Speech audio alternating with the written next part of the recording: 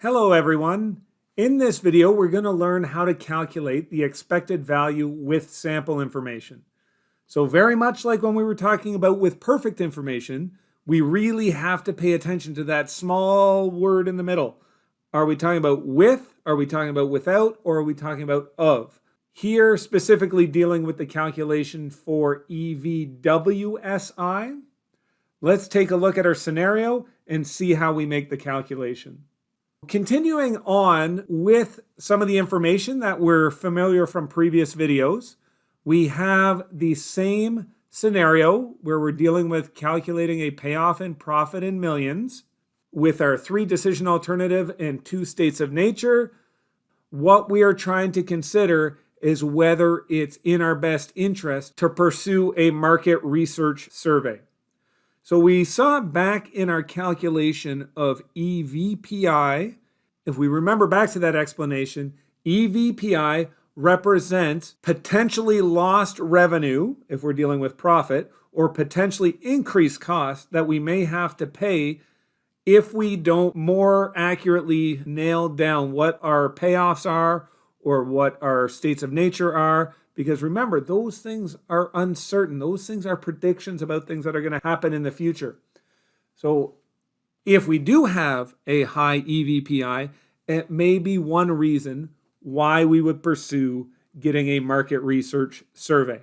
So in this example, in what we're doing with calculating the expected value with sample information, is really we're not looking at whether we should get the survey or not. We're looking at a specific company and what the benefit of hiring this specific company or a particular company would be in their market research and what it could do for us. Now, in order to do the rest of this problem, I'm going to illustrate it with the use of our online decision tree maker. What you've probably already noticed to this point is there's clearly a lot more probabilities associated with this once we start dealing with sample information. And as you will see, our decision tree is also going to get much larger. One thing I do want you to sort of notice from here, because this is going to be a theme and something you might be able to catch yourself on making mistakes later as you do more advanced work with this stuff, is we've already seen in the past that the probabilities of state of nature 1 and state of nature 2 have to add up to 1 because there's only 2 states of nature. Well, it's the same thing you will notice when we start looking at getting a market survey report. We are only going to explore the probabilities of getting a favorable report or an unfavorable report from this company. And notice, because we're only exploring 2 possibilities, that also has to add up to 1. This little straight up and down line represents the English word given. So this probability is telling us what is the chance that it's state of nature 1 given that we got a favorable report. Now, again, notice that both of the probabilities, given that we get a favorable report, are going to add up to 100%. And similarly, the 2 state of nature probabilities, if we get an unfavorable report, also add up to 1. And I'm hoping you'll see why and perhaps have a more visual grasp on why that is when we do create this much more advanced decision tree, adding in all the extra work we have to do when we talk about dealing with market research surveys. So let me jump over to our decision tree web application now and add all this extra information into that and grow that tree considerably beyond what we have seen to this point. Okay, here we are in our decision tree web app. I'm going to begin with the decision tree that I've already created dealing with the scenario and one that I would have used to calculate the expected value, or as we also came to know it, the expected value can also be referred to as the expected value without perfect information. The reason why I'm bringing this tree back is we're going to see this is going to be one small branch on this much larger tree that we're going to create now that we're calculating the expected value with sample information. So what I want to do in order to create this more extensive tree is now I have a decision to make even before I decide whether I should pick D1, D2, or D3. I have to pick, is it in my best interest to hire this market research company or not? So like I said, that decision, whether we're going to hire the market research company or not, is going to happen prior to us deciding whether we're going to choose options D1, D2, or D3. So I'm going to need to create a new decision node. And what I will do to speed things up is I'll cut everything I've done here, get this out of here, and then I'll paste it to that new decision node that I just added in. So here we go. Here's the work that I've already done with one extra decision before deciding between D1, 2, and 3. Remember, every time I have a square node in this tree, it's me choosing between a best option at that point. For example, this square, at this decision, I'm choosing which was the best option in terms of profit. Well, we saw our profit payouts here, and we chose the best one, which is why we are choosing D3 at this node. Well, it's the same thing here. We want a decision to make at this initial node, but now it is going to be a decision between what we've already seen to this point, and that will be the route where we don't get market research, or we need a secondary route where we're going to get market research. This is the decision. The next node that's going to follow, well, down this route, it is a decision node because instantly I'm choosing between D1, 2, or 3 if I go down this road. If I go down the market research road, it won't be a decision node that I'm putting. It's going to be an uncertainty node or a probability node because I'm going to choose right now at this square whether to go with this, no market research, or to go with the market research. But after I decide if I go down the branch with market research, what happens after that, I don't know. Am I going to get a favorable report from them or an unfavorable report? So immediately after this, I'm going to add in a chance node or an uncertainty node. And just to keep consistent with what you may see in my notes or anybody who has a textbook, I'm going to always put the sample information on top. And here that's as simple as just dragging this above the other one and switching these two nodes in order. Well, labeling these branches. So this label would be if I chose to get the market research. So I'm just going to call this as market research. And similarly, I will call this branch as no market research. Okay, so again, right away we have a decision. Do I hire the market research company or do I not? Well, that's all going to depend on what happens from here on out. So from this point forward, we're at this now uncertainty node. There are two possibilities, two uncertain outcomes. From here, we have one uncertain outcome, which is getting a favorable report, and the other outcome, getting the unfavorable report. But once I get that report, either way, if I get a favorable report, then I have to make a decision. Do I go with D1, D2, or D3? If I get an unfavorable report, do I go with D1, D2, or D3? I'm really going to have to make the same decisions I do here. And then from there, it will branch even further, just like it does here. Going down D1, I'm going to have a certain payoff. Going down D2, I'm going to have a certain payoff. So really what I can do at this point is I'm going to copy this again, because from here, what I'm going to see, I paste this here now. Like I said, this is going to get fairly large. I've got one branch that would deal with a favorable report. So labeling this, do I get a favorable report? And then I'm going to have a second branch in which I need to consider all the probabilities of getting an unfavorable report. So I'm going to paste that one more time. And like we said, it's going to get big. There's a lot going on in this now.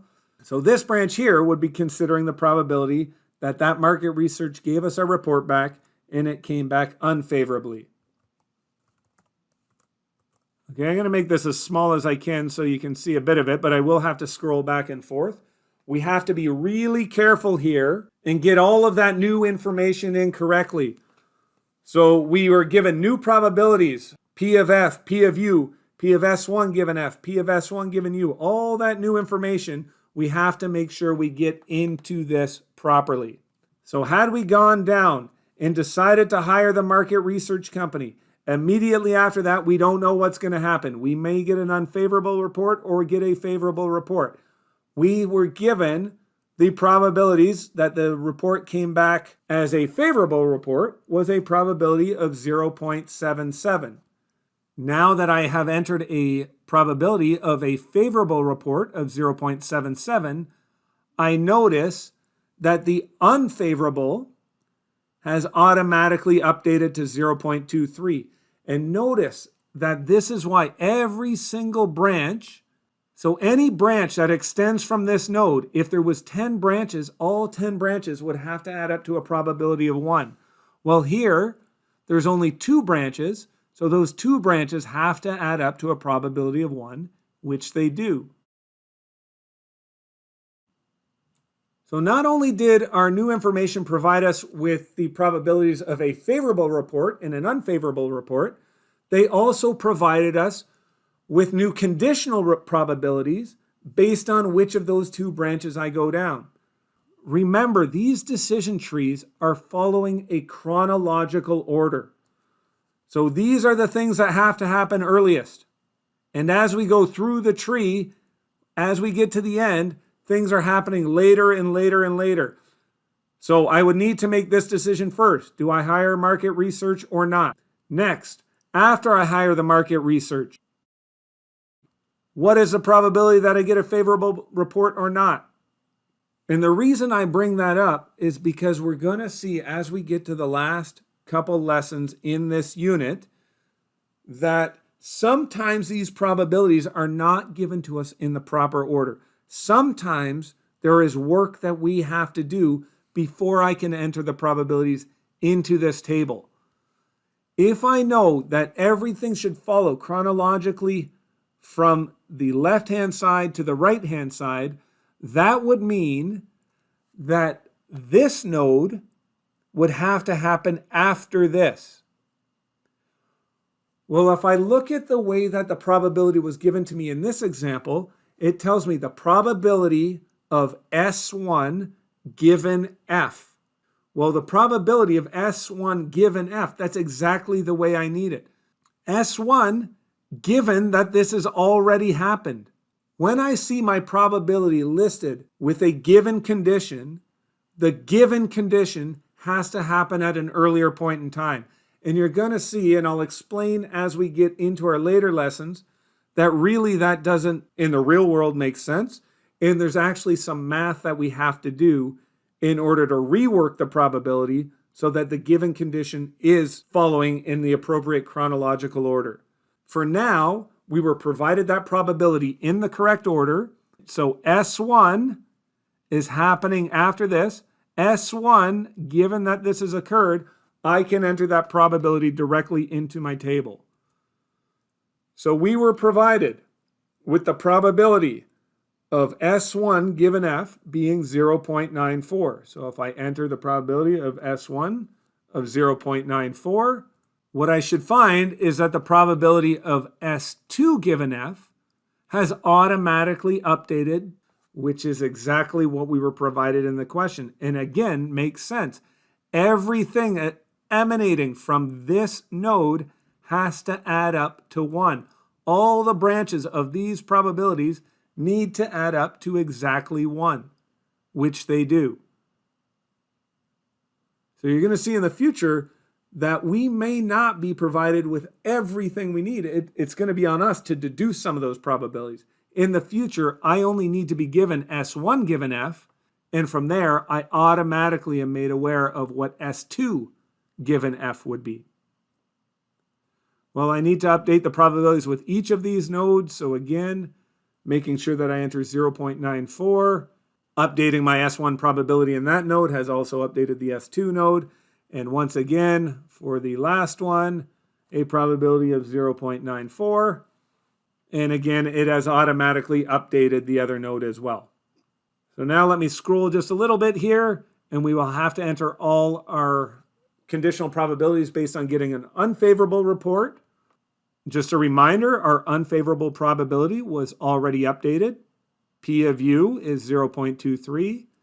Now updating our nodes for S1 given U and S2 given U. And again, by the same logic, This happens after this. So S1, given that this has already occurred. And updating that probability, we were told that the probability of S1 given U is 0.35.